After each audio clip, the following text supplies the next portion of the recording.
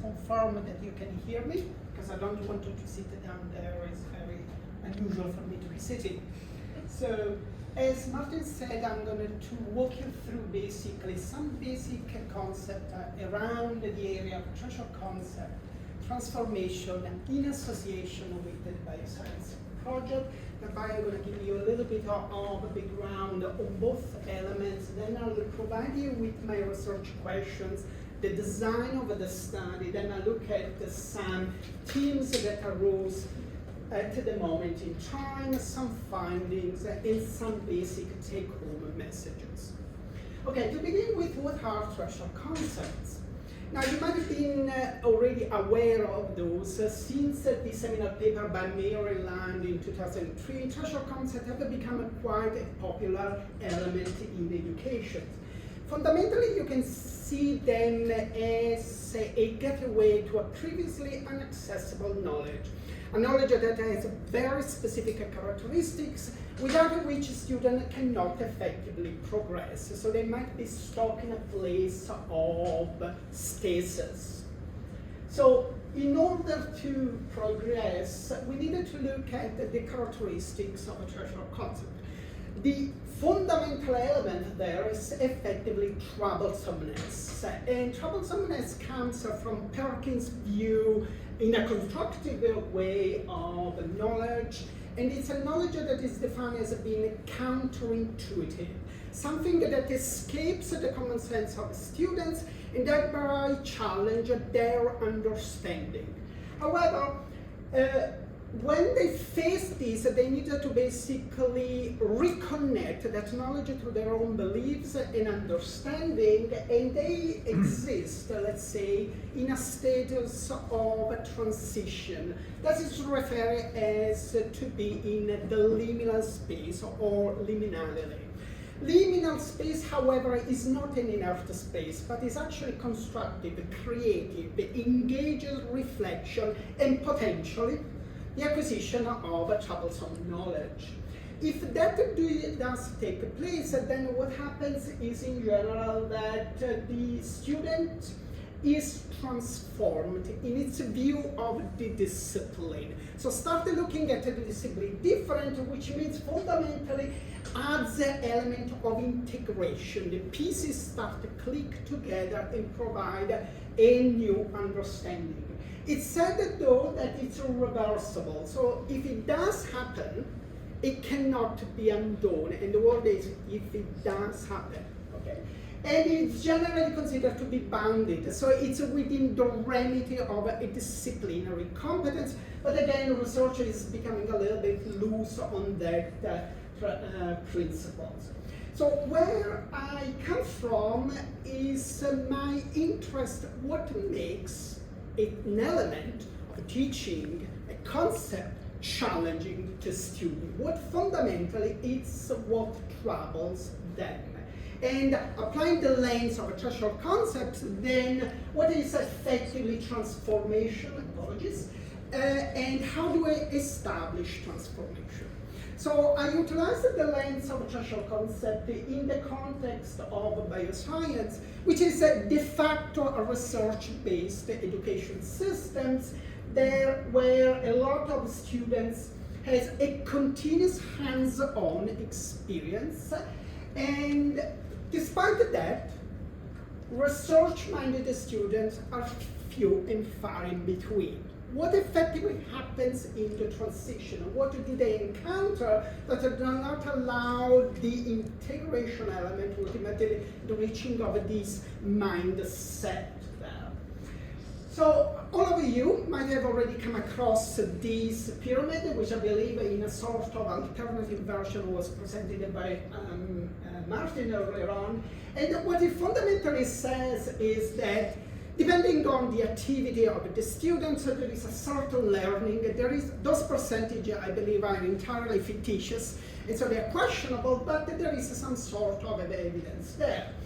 However, if we focus on the element of active learning, there is a belief that the students will be able to learn 70 to 9% of that, And then ultimately they translated this in analyzing, defining, assessing all the elements of critical thinking that are believed to be acquired at the end of the education process.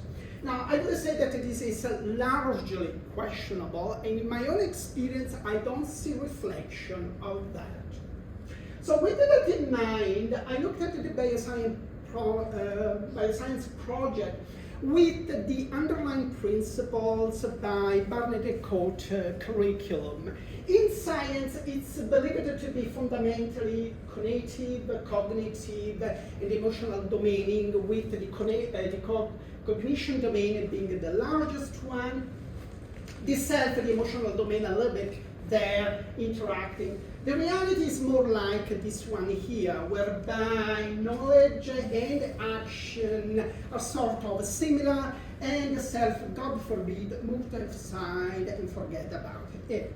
Now the reality is this should be the one that we should be aspiring for, whereby the self, the element of integration, enables then the acquisition of those elements of knowledge and actions, which ultimately create the transformational phenomenon and aid to. So, with that background in place, I designed the Bioscience project to basically reflect those principles, and I focused on the students' competence, where they are at that time in place. So there are specific core requirements in the project that needs to be met. The students undergo a process of background discovery, which is followed by a questioning, which then is embraced by an acting, and that a re-evaluation process. This is a cycle because effectively there are 2 into the design at year 3. But also this becomes the backdrop of my own investigations, thereby I'm entirely focusing on the year 3. However, I look also at year 4. These provide a little bit of the feedback in year 3, but the design are different, so the feedback is limited. My study design is entirely hermeneutical and longitudinal in the principles. Qualitative-based research, here quantitative research would be fundamentally meaningless, and my epistemological position is fundamentally constructivist, interpretist. However, I am a scientist by education, so neo-positivism flares here and there every so often, which makes the journey quite interesting, in fact. So what has arisen from my investigation at this moment? So a number of themes, and there is a challenge, troublesome theme, time management, which is quite important. There is the freedom, independence of students and their expectations, which is another large theme. And then there is a number of theme ghost lecturer support. This is me apparently a ghost in the lab with them. There is the transformation themes and also integration. Now, for the focus of this presentation, I'll be only looking at a theme, and it's a particularly important theme because effectively it's the background to threshold concept, troublesomeness, challenges, difficulties. So, troublesome, it's also identified as effectively a number of sub-themes. And it's, to begin with, it's a scaled perception there. So the student attaches an emotional relevance meaning to words that I would have used effectively interchangeably, such as challenging, difficult, hard, or complex. And that is particularly relevant because, in fact, in the words of Dallans, it says that challenge is something that pushes him, whereas difficulty is something that gets him bogged down. He continues on by saying effectively, my head is in the clouds, I have no clue what's going on here. And when we explored a little bit more his own views, he provides a very interesting scaling. It says, okay, I'm here, simple, then I have a challenge, a complex, I may have hard, and difficulty. Difficulty is a level that he doesn't want to go there. It's a place of almost darkness, but not really darkness. Continuing on the investigation, we identify troublesome as demands and stress. So they are strictly linked there. And in fact, Dallans, once again, he argues that the first word that comes to his mind is stress. When a concept is difficult, challenging, it's stress. Why stress? It's actually quite simple, if you will. There is an allocation of resources. So he needs to then redefine this allocation on the ground of I need to give more to here, less to there. That creates challenge because the resources are limited.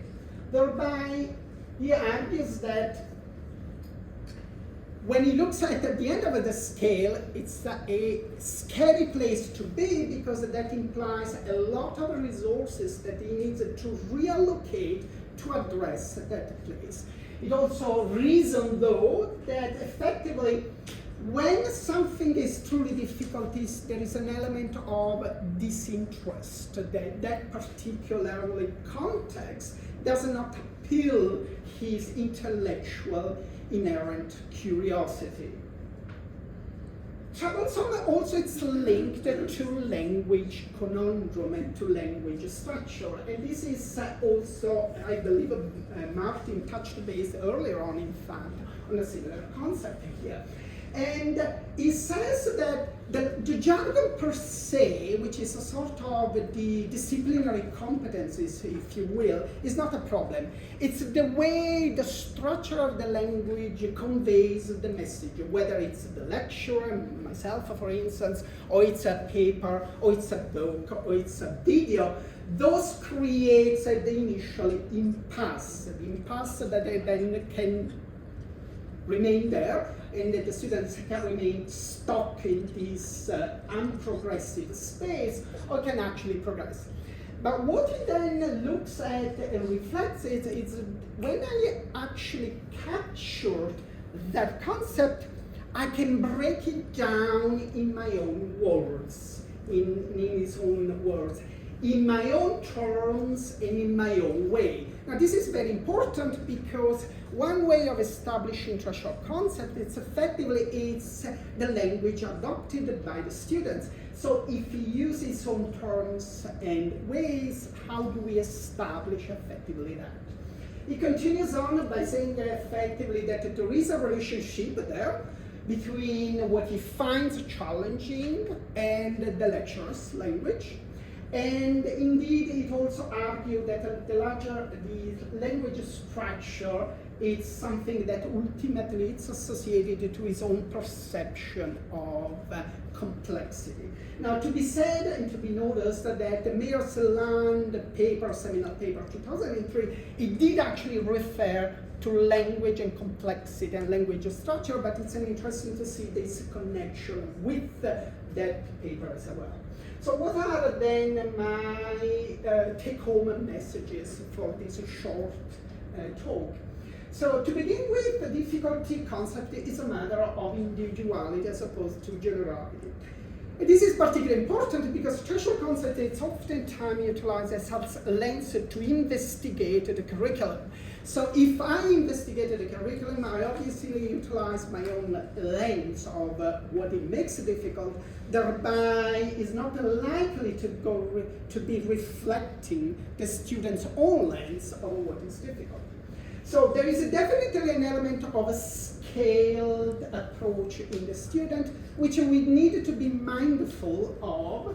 It's there are an attachment, an emotional attachment to positive or negative that might be, that ultimately can influence dramatically the way by which a concept can be actually perceived as a simple, complex, hard, or support. An obvious corollary that arises from that is that the transformation per se is also nuanced. It has a spectrum that we do need to be mindful of when we are looking at, for instance, is this students effectively transformed, particularly in the words of, once again, this is Dallans speaking, that reflects on his own language and says, I'm really bad with language. Fundamentally meaning that I cannot adopt the domain-specific disciplinary language that is expected of me because I am where I am with my own experience. And so if we use that tool to evaluate Dallan's ultimately transformation as Dallan and any other students, then we would fall into the predicament that we might not effectively recognize transformation. And ultimately, I would like to thank my students, obviously, throughout the 7 years, 9 years really at this stage, and Julie and John that are a wonder of inspiration throughout my current research project. And to you that listen patiently to me. Thanks, Miriam.